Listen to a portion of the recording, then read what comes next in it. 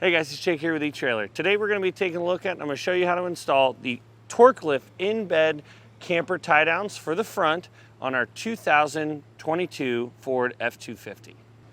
Now for this specific kit, it's just going to come with the front brackets. I highly recommend picking up the rears, but there's a couple of different situations of why you would just need the fronts. The first off is going to be if your vehicle does not allow you to install the rears. So if you have an aftermarket hitch on there, since the rear brackets for this truck will install in the rear hitch, it'll install in the side of it. So if you have an aftermarket one, chances are it's not going to work.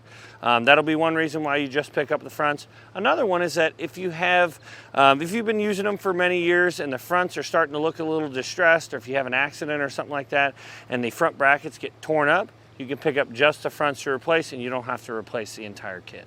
Now when it comes to the installation, this is not too bad at all to get installed. What I really like about it and what I was not expecting is that you don't have to drill any holes in the side of your frame rails.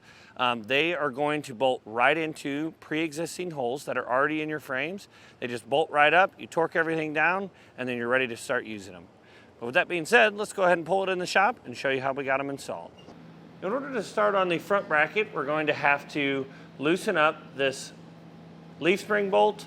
Now this is going to be an uncommon size. It's a 30mm socket that you're going to need, so if you don't have one of those at home, you're going to have to go pick one up. And I'm just using a crescent wrench on the back side, and we're just loosening this in order to get our bracket to slide in behind it. There we go. That's more than enough space to be able to slide this end of our bracket right behind it. Now on the inside of the frame rail, we'll have two 10mm bolts we're going to have to remove because we're going to have to get a support bracket mounted up there. So we'll loosen those up with a 10mm socket.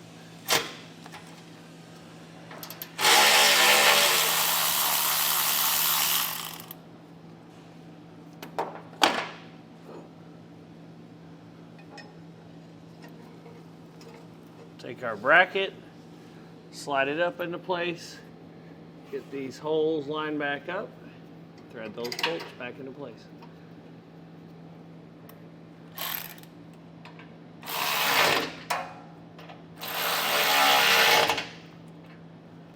Now we need to get a support bolt out of this hole, so we'll take our fish wire, included in our kit, run it up through. There's an access hole up here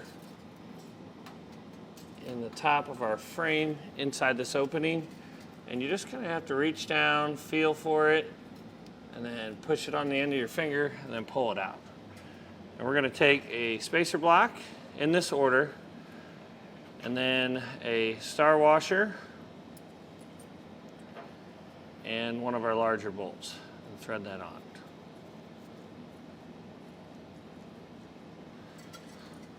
Toss it down through the hole.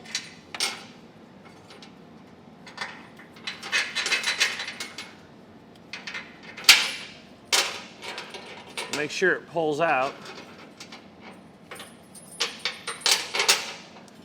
There we go. Just want to make sure that pulls out through the hole. We're going to gently set it back down in there because we need to put our bracket up. Now we'll take our bracket. We'll take this fish wire, slide it through the top hole here, and we're ready to lift it up into place. This can kind of get a little tricky. Slide it up over our bracket we just installed, up over top, slide it over, make sure it's over all the way, and we can pull our bolt out of the hole. Now we will take a flat washer, a lock washer, and a nut.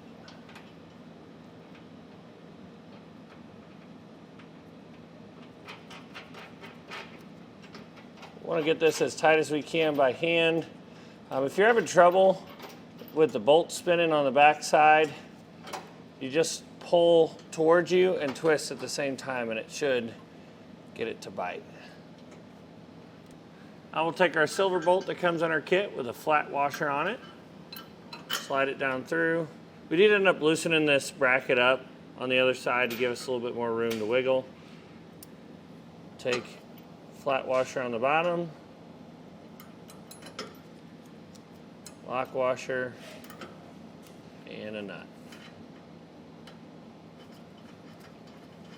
Now we can take these smaller bolts that come in our kit, and they're actually both going to go in this elongated hole here. Slide one further back, then we'll put a flat washer, a lock washer, and a nut on the other side. And we're going to put another one just like it with the same hardware right next to it.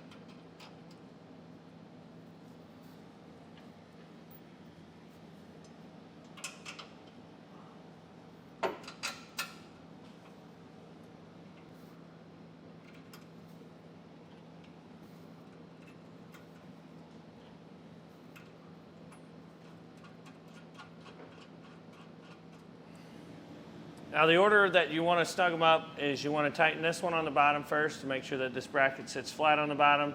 Then we'll do the large nut over here, or the bolts here. Then do this one, and then come up top, do these two last, and then go on the back side and tighten down that exhaust hanger bracket.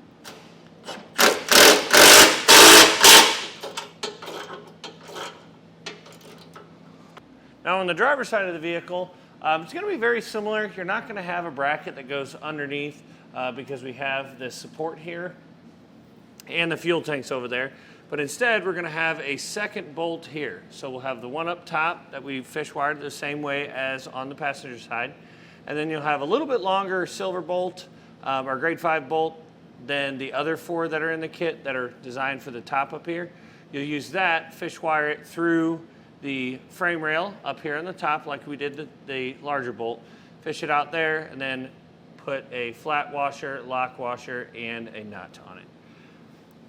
And then back here, the instructions will tell you to take this bracket off.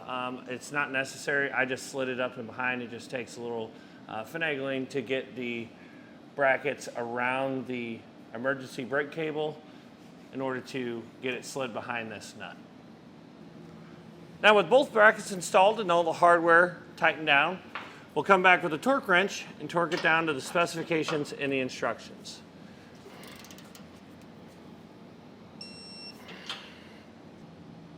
Now once you've got everything torqued down to the specifications and the instructions, that's going to do it for the installation of our front brackets. After the installation, you're ready to start using your new camper tie downs. In my personal opinion, I would highly recommend using the fronts and the rears together, but it's up to you to decide whether or not this kit is right for you and your in-bed camper.